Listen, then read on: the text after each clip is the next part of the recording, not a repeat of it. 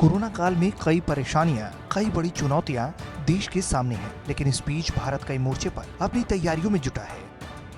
Petroleum मंत्री धर्मेंद्र प्रधान ने कहा है कि भारत ने वैश्विक बाजार में कच्चे तेल के घटे दाम का फायदा उठाते हुए अपने भूमिगत तेल भंडारों, टैंकों, पाइपलाइनों और जलपोतों में 3 करोड़ 20 लाख टन कच्चे तेल का भंडारण कर लिया है।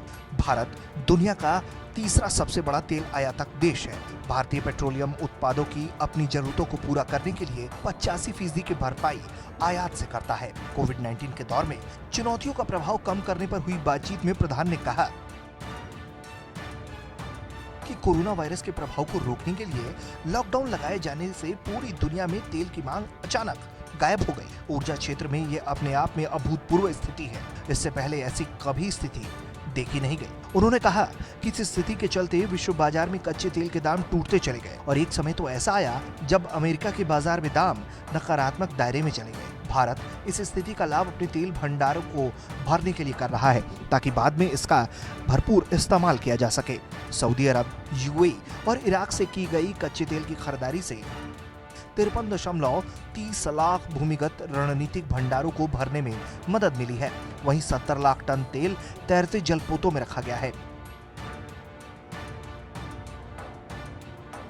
इसी प्रकार 2.5 करोड़ टन तेल देश के भू क्षेत्र स्थित डिपो और टैंकों, रिफाइनरी पाइपलाइनों और उत्पादक टैंकों में भरा गया है। मंत्री ने बताया कि भंडारण किया गया ये तेल देश की कुल मांगों की 20% के बराबर है। भारत अपनी कुल जरूरत का 85% तेल आयात करता है। उसकी तेल रिफाइनरी में 65 दिन के कच्चे तेल का भंडार रखा जाता है। उन्होंने कहा कि तेल की कीमतों में गिरावट से भारत के आयात बिल में कमी आएगी।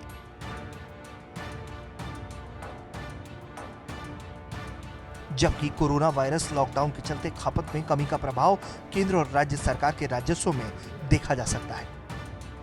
आपातकाल भंडारण के तौर पर सरकार द्वारा राज्य के स्वामित्व वाली तेल कंपनियों में 53 लाख टन तेल रखा गया है। इससे 9.5 दिनों के लिए भारत की तेल जरूरतों को पूरा किया जा सकता है। सरकार द्वारा बनाई गई ये कंपनियां कर्नाटक के मंगलुरु और पाड्रू और आंध्र प्रदेश में विशाखापत्तनम की भूमिगत गुफाओं में स्थित है। इसके अलावा पाइपलाइन में भी कुछ भंडारण क्षमता होती है। ब्यूरो रिपोर्ट, भारत तक।